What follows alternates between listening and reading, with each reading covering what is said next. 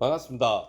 어제는 그래핀 코팅 1년 2개월 동안 관리한 차량에 대한 테스트 영상을 올려드렸는데요. 오늘 좀 반응 보니까 여러 분들께서 많은 관심을 그래핀 코팅에 대해서 관심이 많으신 걸로 느껴집니다.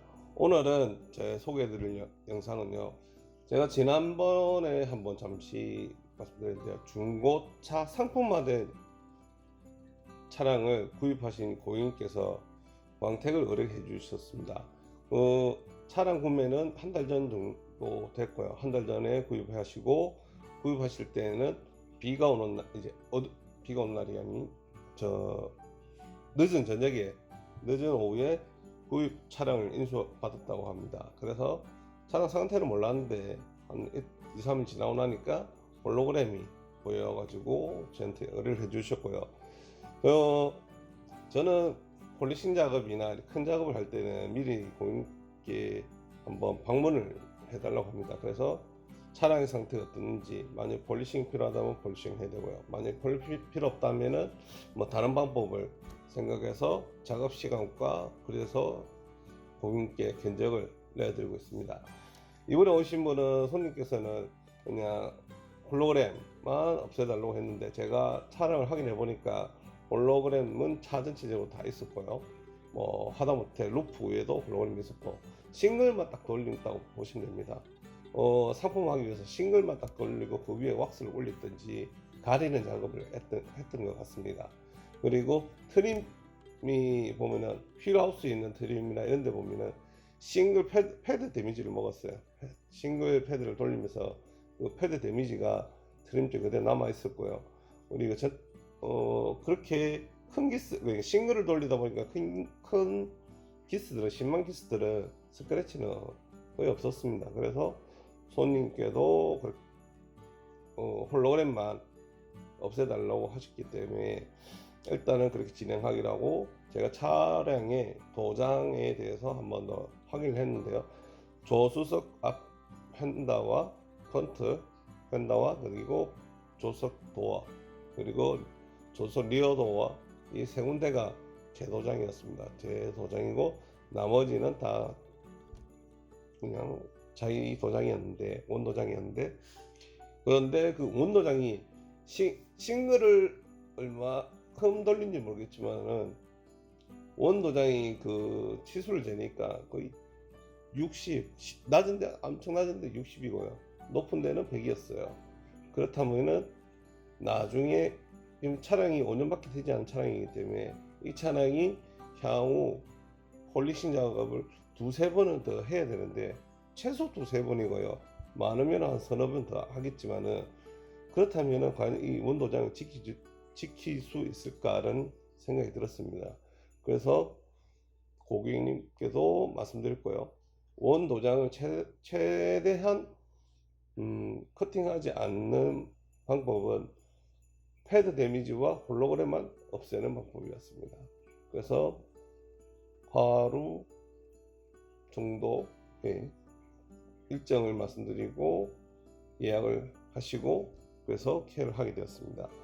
원래는 낮에 작업을 하려고 했는데 밤에 작업을 시작해서 밤에 끝나고 다음날 아침에 홀로그램이 있는지 없는지 한 번 더 확인하고, 그리고 고객님께 인도할 수 있도록 이렇게 하기 위해서 하루 전날 오후 5시에 입고를 하셨고요. 그리고 제가 작업의 새벽 5시까지 이렇게 총 12시간 걸린 작업이었습니다.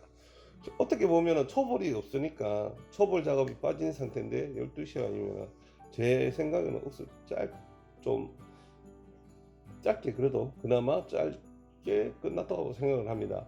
보통 광택 폴리싱 작업하게 되면은 1박 2일은 저는 원칙을 잡고 있어요. 보통 차가.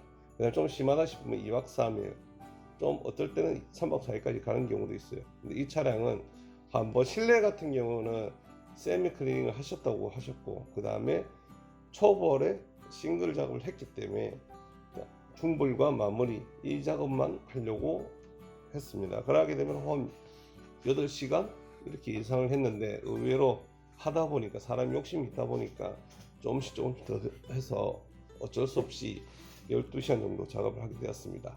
자, 먼저 영상을 보면서 좀 더 자세하게 설명드리겠습니다. 차량 입고 상태 휠하우스 쪽입니다. 그리고 뒤에 트렁크 쪽 지금 상태가 한 달 동안 차 세차를 안 하고 그냥 타셨어요. 고객님께서. 그러니까 이렇게 좀 오염물이 많습니다. 뒤에 레터링 쪽은 때가 묵은 때가 있고요. 일단은 실내 클리닝 다시 했습니다. 실내 세차를 다시 했는데 정말 실내 클리닝 했는지 입에서 욕 튀어나올 정도로 좀 했는데요. 제가 1시간 반 정도를 다시 실내 세차를 해드릴 거예요. 그리고 전 처리 작업을 하기 전에 이제 휠도 케어하고요. 그다음 전체 작업으로 철분 제거제하고 오심 프리워시하고 세차까지 끝냈습니다. 자, 이렇게 세차까지 끝내고 일단 저녁을 먹고요. 저녁을 먹고 이제 좀 와서 이제 그때부터 이제 본격적으로 이제 제가 폴리싱을 해야 되는 구간을 좀 더 확인하기 위해서 사진 촬영도 하고 이래 했습니다. 먼저 보시면 홀로그램이 보이시죠? 도어 쪽하고 핸들 쪽에도 보이고요. 이 홀로그램이 상단부만 있는 게 아니고 하단부까지 같이 있습니다. 하단부에도 홀로그램이 있을 거예요. 보시면은 밑에 사이드 밀러 쪽에도 다 있고요. 그리고 밑에 레터링 같은 경우는 전처리 작업하면서 전부 다 그 주변에 다 정리를 했어요. 그래서 지금 보면 깨끗하게 보이면 됩니다.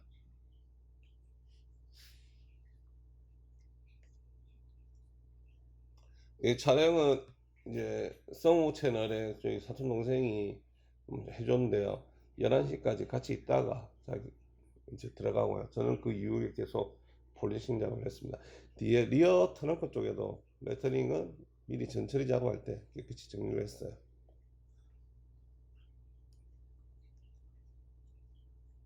그리고 차량의 상태에 따라서 틀리겠지만 초벌 같은 경우는 저희 같은 경우 약물 쓰고 중벌이나 마무리 같은 경우는 폼 패드를 스펀지 패드를 많이 씁니다. 근데 이 차량 같은 경우는 그렇게 심한 스크래치가 없기 때문에 폼 패드하고 폼 패드를 쓸 예정이고요. 지금 도어 쪽 운전석 도어 밑에도 지금 홀로그램이 보이시죠?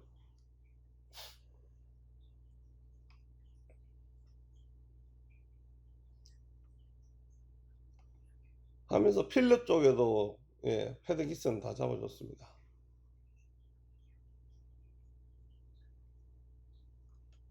그리고 저 손잡이 위에도 보니까 패드 기스가 나 있어가지고 손잡이 쪽도 다 잡아드릴 거예요. 뒤에 리어 램프 쪽도 다시 한번 정리를 해드릴 거예요. 일이 좀 많았습니다. 생각으로. 보시면 그렇게 큰 기스는 보이지 않아요. 그나마 다행히. 하지만 고객님께서 이 차량을 갖다가 지하 주차장에 두시는 게 아니고 저녁에는 지하 주차장이지만 낮에는 외부 주차장에 두시기 때문에 유리막보다는 코팅제로 왁스 코팅으로 관리하신다고 해서 그렇게 진행하려고 합니다.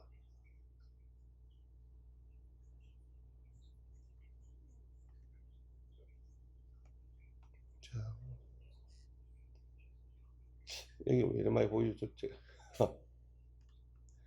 자, 이거 사진입니다. 이렇게 홀로그램들 많이 보이시죠? 이건 본넷의 홀로그램이고요. 펜더 쪽 홀로그램, 그리고 도어 쪽 홀로그램, 그리고 같은 트림이나 본넷은 초벌을 한번 작업을 해드렸습니다.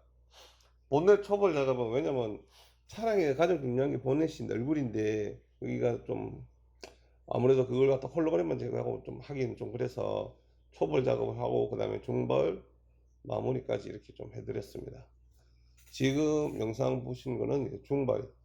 저는 이제 컴파운드는 중벌 같은 경우는 31 그 맨제너나 제품 썼고요. 마무리 치는 거는 루페스의 파이널 썼습니다. 지금 뭐 이제 탈지하기 전에 광도만 보고 있습니다. 색감이 제대로 올라왔는지 안 올랐는지 커팅 그만 보고 있고요. 나중에 탈지 중간중간에 탈지하면서 원래 커팅할 때는 초벌하고 탈지 주는 거라고 탈지 마무리하면서 탈지를 해요. 자, 이제 전체적으로 이제 중벌과 그리고 마무리에 대해서 바로 치해 나갑니다. 한 판 한 판 하진 않고요. 중벌을 전체 다 돌립니다.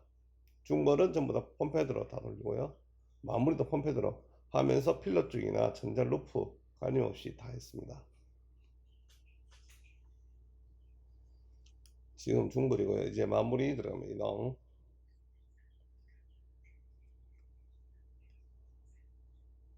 중벌은 루페스 15인치짜리 듀얼 썼고요. 마무리에는 교세라 거 1250을 사용해서 편하게 그냥 작업을 했습니다. 그리고 이제 탈지하기 전에 탈지제 뿌리고요.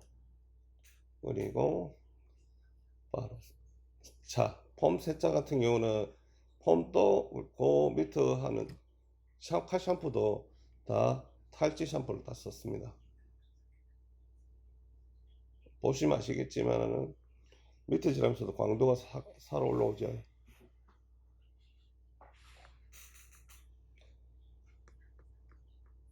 제가 대만에서 가가지고 그 광택대회 하는 데를 봤는데요. 거기는 탈지 정말 겁나게 합니다. 한두 번 뿌린 게 아니라 완전히 타올이 다 질 정도로 엄청나게 많이 쓰더라고요. 에어건 마무리 정리하고요. 드라이잉 할 때는 왁스를 퀵 디테일로 쓰지 않았습니다. 그냥 나중에 왁스를 올린다 생각하고 다 했기 때문에 그래야 제대로 된 왁스가 본딩이 되겠죠. 그리고 난 뒤에